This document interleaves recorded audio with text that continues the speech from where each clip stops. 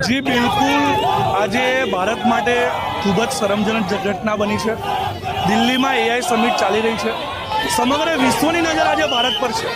આ એઆઈ સમિટમાં રાહુલ ગાંધીના ચમચાઓ, યુવા કોંગ્રેસના એનએસયુઆઈના કાર્યકર્તાઓ દ્વારા એઆઈ સમિટમાં જઈને કપડાં કાઢીને વિરોધ પ્રદર્શન કર્યું। હું એક યુવા તરીકે પૂછવા માંગુ છું કે ભાઈ તમે કઈ વસ્તુનો વિરોધ કર્યો? આ ભારતીય જનતા પાર્ટીનો તો કાર્યક્રમ હતો નહીં, આ ભારત સરકારનો કાર્યક્રમ હતો, ભારતના યુવાનો માટેનો કાર્યક્રમ હતો।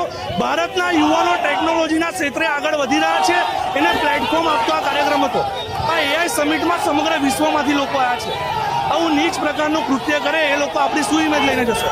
આપણા ઘરે હું તમને પૂછવા માંગુ છું, એક્ઝામ્પલ તરીકે આપણા ઘરે કોઈ પ્રસંગ હોય, આપણા ફુવા કે માસા કે મામા કોઈ રિસાયા હોય તો એ શું આપણો આવીને પ્રસંગ બગાડે, ત્યાં નાટક કરે? એ છાના માના ઘરે બેસી રહે, એમને પ્રસંગ આપણો ના પસંદ હોય તો હું એક યુવા તરીકે કહેવા માંગુ છું કે રાહુલ ગાંધી, જો તને ના ગમતું હોય કે ભારતના યુવાનો આગળ વધે ટેકનોલોજીના ક્ષેત્રે, તો તું છાનો માનો ઘરમાં બેસી રહે। ભારતના યુવાનોનું ભવિષ્ય બગાડવાનો પ્રયાસ ના કરીશ। આજે વડોદરા શહેર યુવા મોરચા દ્વારા રાહુલ ગાંધીનું પૂતળું સળગાવવામાં આવ્યું છે। આગામી દિવસોમાં જો રાહુલ ગાંધી અને કોંગ્રેસનું આ જ વલણ રહ્યું તો આગામી દિવસોમાં આનાથી વધારે ઉગ્રમાં ઉગ્ર આંદોલન અને આનાથી મોટામાં મોટું વિરોધ પ્રદર્શન કરવામાં આવશે।